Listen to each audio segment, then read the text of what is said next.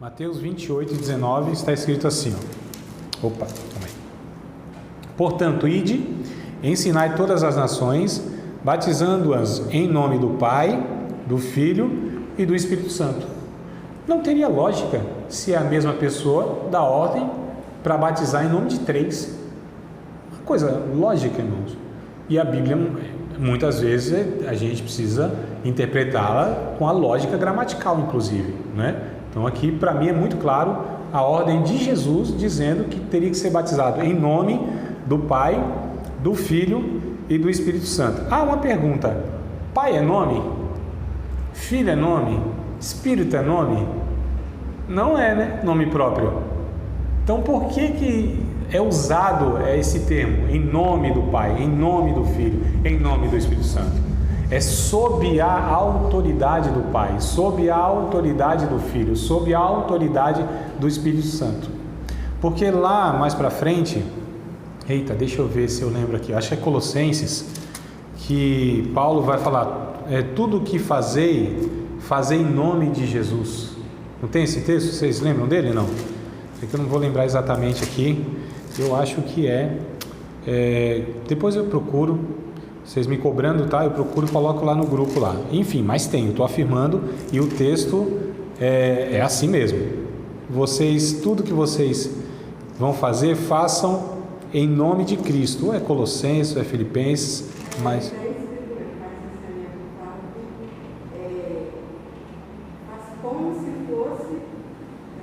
Não, é exatamente assim. Paulo está dizendo assim, tudo que vocês...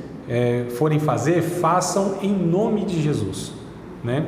Em Atos dos Apóstolos, capítulo 2, verso 37, 38, o Pedro, ele vai falar assim, sejam batizados em nome de Jesus para perdão dos nossos pecados. Aí a pergunta calma aí, mas se a ordem é batizar em nome do Pai, do Filho e do Espírito Santo, por que Pedro aos judeus só fala para se batizar em nome de Jesus? Pelo fato de que os judeus criam no Pai e criam no Espírito de Deus. Então, para os judeus não precisava convencer que havia, né, o Espírito de Cristo, o Espírito de Deus, melhor dizendo, o Espírito Santo. É que esse adjetivo santo, ele só é usado 3 vezes no Antigo Testamento, tá? Então não é uma expressão que os judeus estavam familiarizados. No Novo Testamento, esse adjetivo Espírito Santo é o que é mais usado, né? Mas lá no Antigo Testamento só tem no Salmo 51, verso 10, Isaías 61, acho que é verso 11 e verso 13, alguma coisa assim, mas só tem 3 passagens no Antigo Testamento, Espírito Santo, adjetivo, né? Então os judeus, tranquilamente, eles reconheciam o Pai como Deus, né? Essa terminologia Pai, em relação a Deus, e o Espírito de Deus também.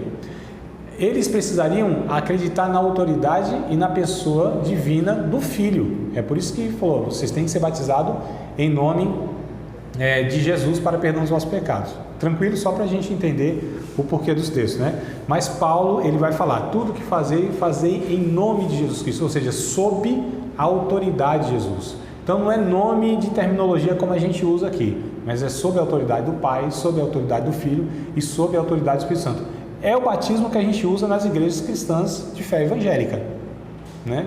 Eu digo cristã de fé evangélica, porque tem cristã de fé católica, por exemplo, que é diferente, né? Por isso que eu uso esse termo, cristã de fé evangélica. Não como os evangélicos muitas vezes, não é? Deixa para lá, senão também vou confundir tudo aí.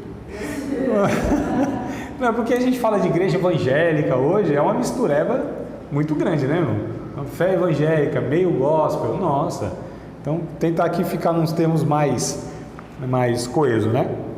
Vamos ler aqui, Mateus 28, 19, nós lemos, lê aqui no livro, tá? A ordem de Jesus é para batizar em nome do Pai, do Filho e do Espírito Santo. Ora, se Jesus fosse uma criatura, ou o Espírito Santo uma força ativa, seria estranho que as pessoas fossem batizadas em nome do Criador, que não divide a sua glória com ninguém, nós já lemos, em nome de um anjo, porque os testemunhos de Jeová, por exemplo, os mormons, os testemunhos de Jeová, deixa eu ver aqui para não errar, né? Os adventistas, não tenho certeza, deixa eu ficar só no testemunho de Jeová. Os testemunhos de Jeová dizem, por exemplo, que o arcanjo Miguel é Jesus, ou que Jesus é o arcanjo Miguel. Olha que coisa complicada, né? Tanto é que a Bíblia deles lá, toda mutilada, distorcida, eles vão pegar, por exemplo, João capítulo 1, verso 1, que vai dizer, no princípio era o verbo estava com Deus e o verbo era Deus. eles acrescentam lá, o verbo era um Deus. Só que eles colocam uma categoria de um Deus criado, né? Chamado de demiurgo.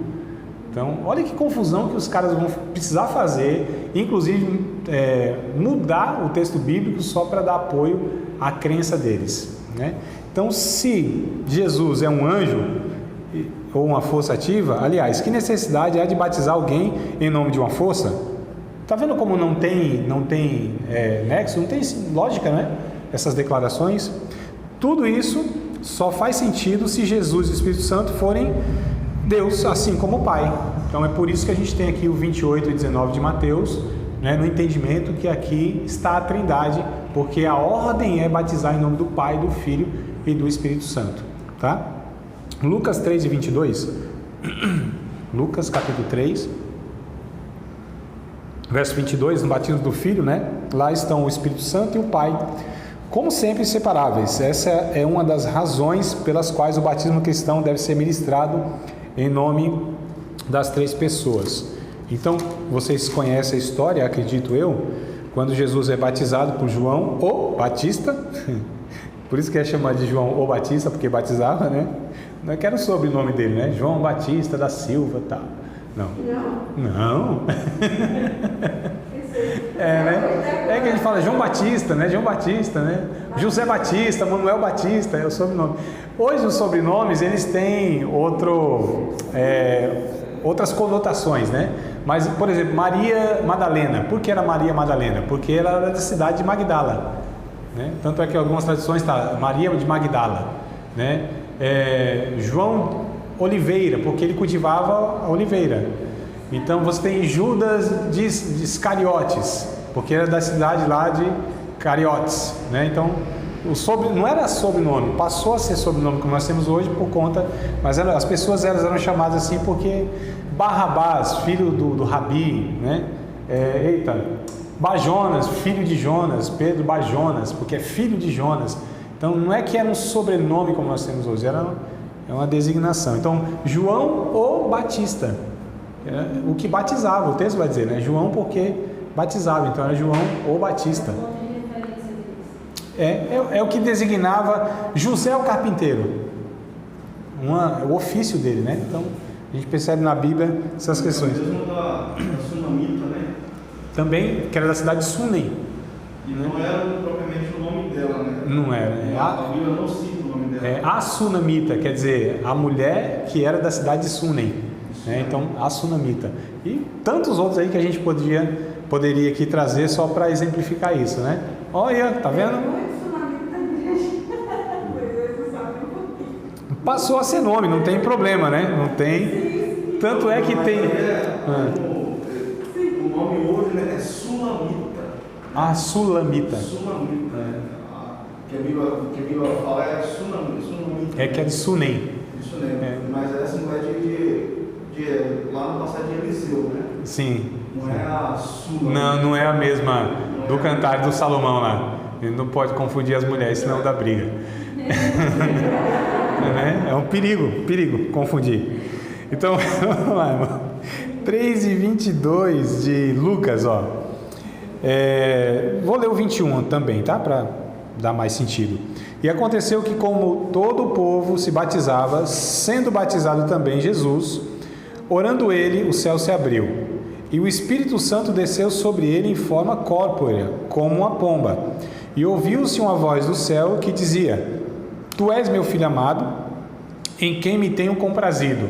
Olha aqui, Jesus saindo das águas, o Espírito Santo descendo sobre a vida de Jesus e a voz do Pai ecoando em direção a Jesus.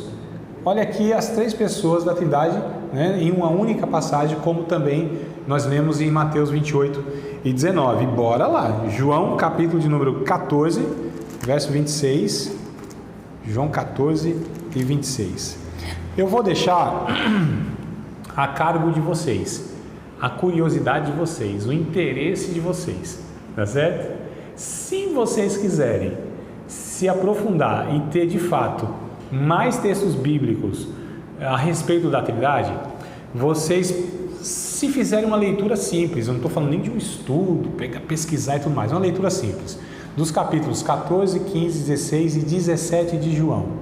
Olha só, esses capítulos 14 e 17 do livro de João é a parte que mais descreve o relacionamento da Trindade em toda a Bíblia, na verdade, não é nem o Novo Testamento apenas, tá?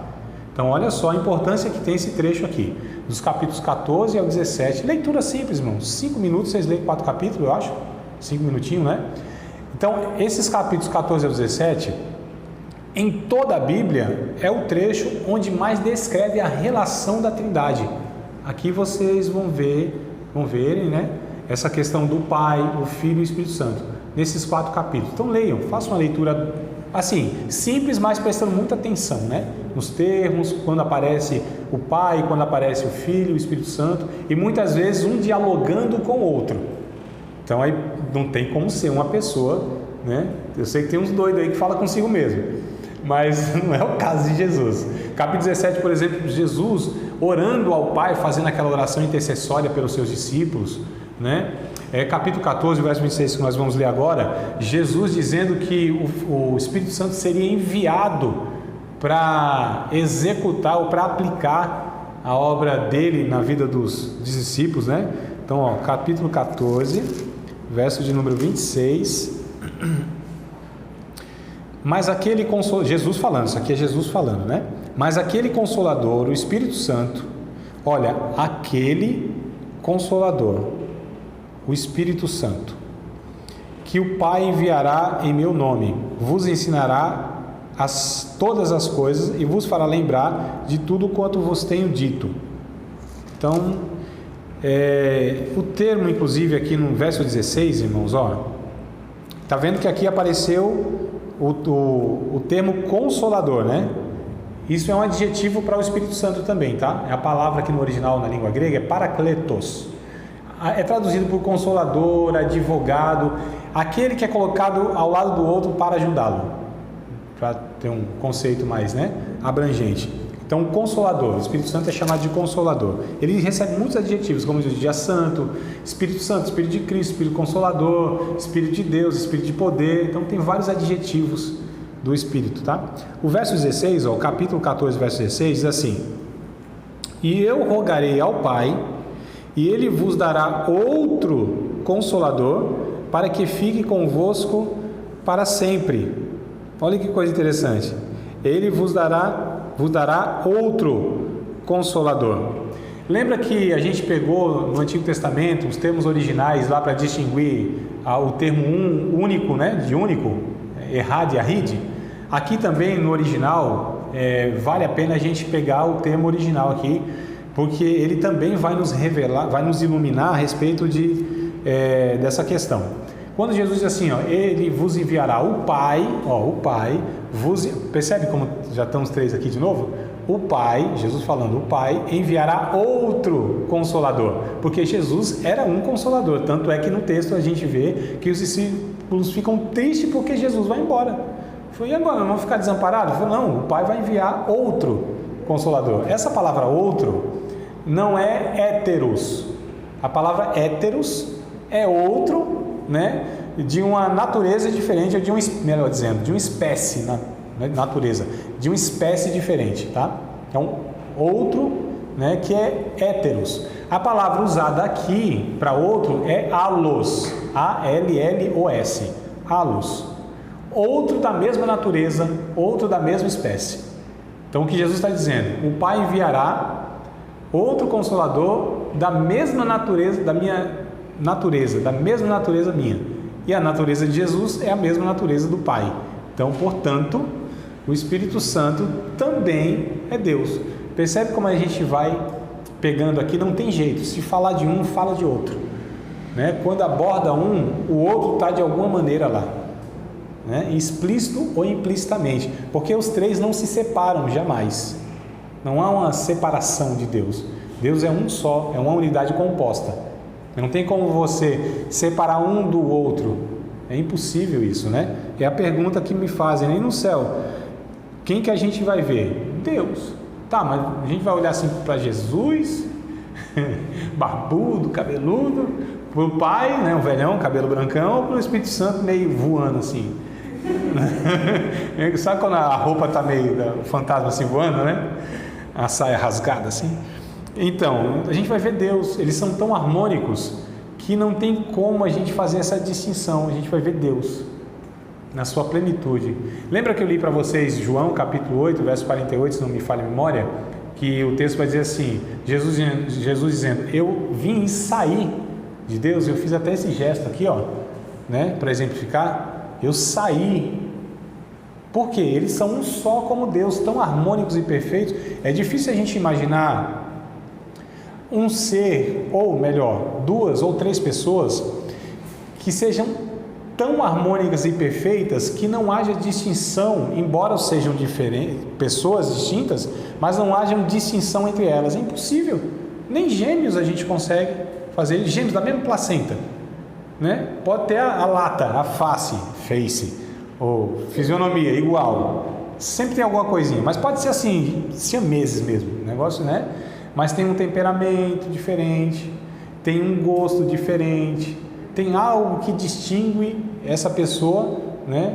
Então olha só, mesmo gêmeos, mas Deus não, eles são perfeitos em harmonia, perfeitos. A gente vai olhar para Deus e ver Deus numa harmonia singular, inimaginável, inconcebível, extraordinária. A gente vai cair o queixo, pode ter certeza, vai por mim. A gente vai ver Deus, a gente vai ficar boquiaberto, maravilhado, né? Não vai ter monotonia no céu não, olhando para Deus assim. Eu já olhei bastante. Não, vai ser uma coisa tão gloriosa, sim, que a gente vai cair de joelhos e nosso desejo é só glorificá-lo, adorá-lo, exaltá-lo, bendizê-lo, dizer aleluias, louvado seja o teu nome, glória seja dada ao Senhor. Tu és belo, tu és, né, extraordinário, criador, excelso, magnífico, magnânimo, e vai faltar palavras e tal, mas a gente vai ver essa perfeição que é Deus, né? Se os pentecostais tivessem vindo, pelo menos ia sair mais aleluia. Vamos lá, amados, eu nem me perdi aqui na glória, desceu o manto aqui, não, estou brincando. O capítulo 14 ainda, vamos ler o verso de número 20 e o 23, capítulo 14, verso 20 e o 23, né? Diz assim, ó: naquele dia conhecereis que estou em meu Pai, e vós em mim, e eu em vós. Olha só o termo que Jesus vem usando. Verso 23. Jesus respondeu e disse-lhe: se alguém me ama, guardará a minha palavra, e meu Pai o amará, e viremos, olha o plural aqui, né, para ele, e faremos nele morada. Ora, Jesus está usando o plural, então não é uma pessoa só, né? Capítulo 17, verso 20 até o 26. Eu só estou pegando alguns textos aqui, mas como eu disse para vocês, se vocês lerem todos os capítulos aí do 14 ao 17, vocês vão perceber em várias passagens, em vários trechos, que há essas falas aí, né? Então, capítulo 17, verso 20 ao 26. Eu não rogo somente por estes, mas também por aquele ou por aqueles que pela sua palavra hão de crer em mim, para que todos sejam um, como tu, ó Pai, o és em mim e eu em ti, que também eles sejam um em nós, para que o mundo creia que tu me enviaste, e eu dei-lhes a glória que a mim me deste, para que sejam um, como nós somos um. Então olha o que ele vai usando aqui: nós somos um. Eu neles e tu em mim, para que eles sejam perfeitos em unidade, e para que o mundo conheça que tu me enviaste a mim, e que tens amado a eles como me tens amado a mim. Pai, aqueles que me deste, quero que, onde eu estiver, verso 24, né? Também eles estejam comigo, para que vejam a minha glória como me deste, porque tu me has amado antes da criação do mundo. Pai justo, o mundo não te conheceu, mas eu te conheci, e esses conheceram que tu me enviaste a mim. E eu lhes fiz conhecer o meu nome, lhes farei conhecer mais, para que o amor com que me tens amado esteja neles e eu neles esteja. O que Jesus está orando é para que os seus discípulos, a sua igreja, sejam harmônicos, vivam unidos, tenham o mesmo pensamento, intenção, coração, assim como ele é com o Pai. essa unidade composta e essa harmonia. Porque Deus, como eu disse aqui em uma das falas, é o parâmetro, é a referência. Então Jesus, a oração de Jesus é essa, é pela unidade da igreja. Qual é o modelo? Qual é a referência? É os judeus? São as 12 tribos reunidas? Não, é Ele e o Pai, é a Trindade. Eles são para nós a referência, né, de como nós deveríamos ser. Porque se nós como igreja devemos expressar, refletir a imagem e semelhança de Deus a esse mundo perdido que não sabe mais o que é a imagem e semelhança de Deus, nós deveríamos expressar isso pela unidade, irmãos. A gente está fazendo isso muito bem, né? Como igreja de Cristo, a gente expressa isso muito bem, né? Harmônicos que nós somos com as co-irmãs, né? Essas denominações assim que uma procura a todo custo a unidade com a outra, né?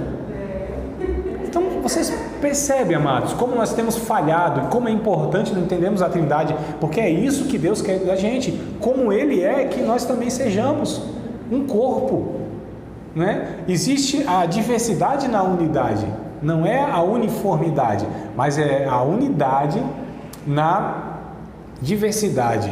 O que Deus pede é unidade, não é uniformidade. É interessante a gente entender que o corpo tem muitos membros, mas é um corpo, caracteriza um corpo só. A cabeça é Cristo, mas o corpo é um só. E não pode haver membro fora desse corpo. Isso é muito estranho. A ideia do desigrejado, por exemplo, que não quer fazer parte de corpo nenhum. Eu só sei de um membro que vive fora do corpo, que é aquela mãozinha da família Adams, né? Aquela vive, parece, fora do corpo. Mas qualquer membro é tirado do corpo, vai morrer. Não é, irmão? Não tem, né? Não tem, vocês veem as histórias do folclore, mula sem cabeça, ou um corpo sem cabeça. Isso é antinatural. Então é interessante que Jesus, ele está dizendo aqui, ó, assim como nós, Pai, somos um em harmonia, em natureza, também eles sejam como nós somos, como o Senhor tem me amado. Então, olha que coisa interessante que a Bíblia vem trazendo aqui nessa questão. Para encerrar a aula aqui, que eu já estou esticando um pouquinho, 2 aos Coríntios, capítulo de número 13, versículo de número 13. Quem não sabia já vai descobrir de onde vem a tal da bênção apostólica que os pastores impetram no final do culto, né? A gente fala bênção apostólica, mas é uma oração de Paulo, tá certo? Mas decidiram colocar isso como a bênção apostólica, assim, despedindo todo mundo. Vai para casa cada um de vocês, né? Abençoando. Mas é aqui, ó, esse texto, 2 aos Coríntios 13, ó.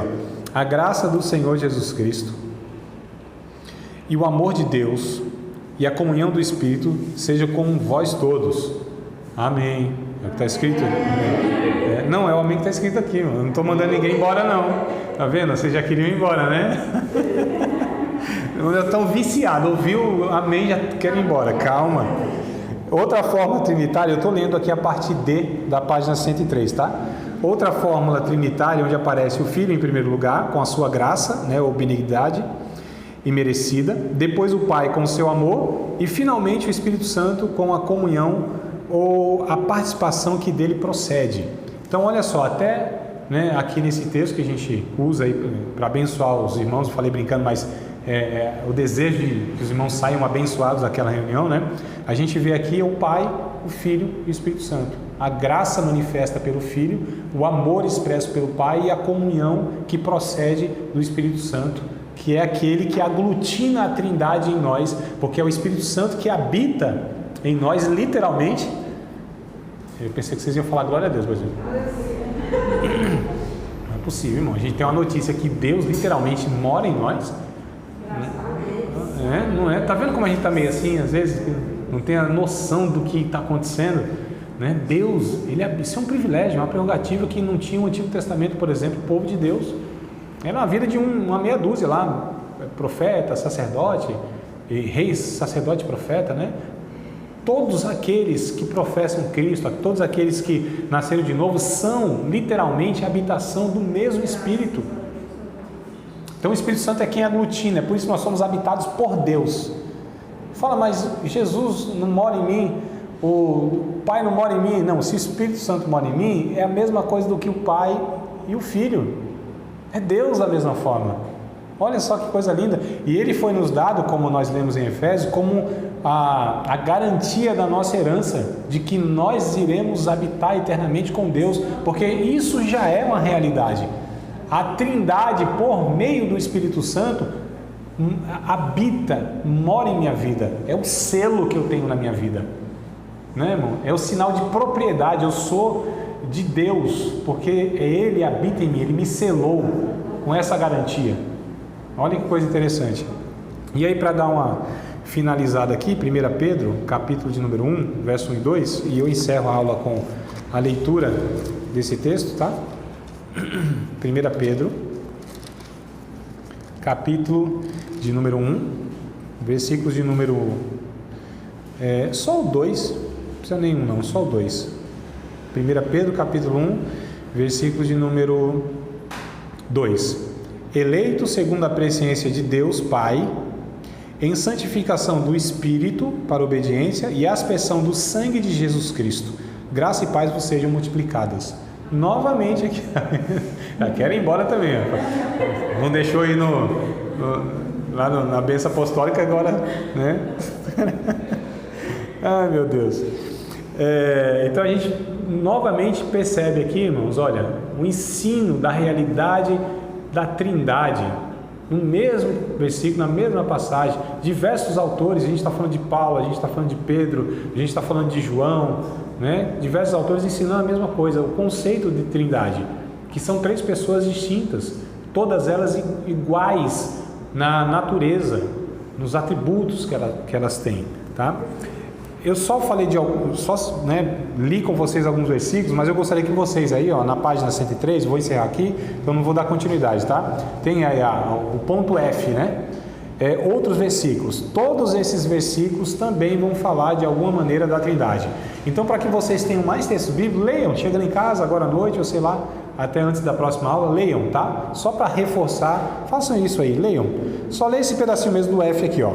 Não está escrito Jesus Cristo não, porque senão isso aqui talvez pode dar uma confundida. Eu quero partir daqui na próxima aula, mas leio aqui, vocês vão ver diversos outros versículos que vão ratificar sobre a Trindade. Você acabou de participar de mais uma aula de um dos nossos cursos do Seminário de Teologia, Vida Cristã, Palavra da Vida. Espero que tenha te abençoado, não só alargado o seu conhecimento teológico, mas que tenha também atingido o teu coração para que você possa a cada dia mais reproduzir a vida de Deus nas suas relações cotidianas. Se você ainda não é aluno oficial de um dos nossos cursos, se inscreva aqui no contato que vai aparecer do WhatsApp, também nos siga nas redes sociais, se inscreva no nosso canal, compartilhe à vontade e Deus te abençoe.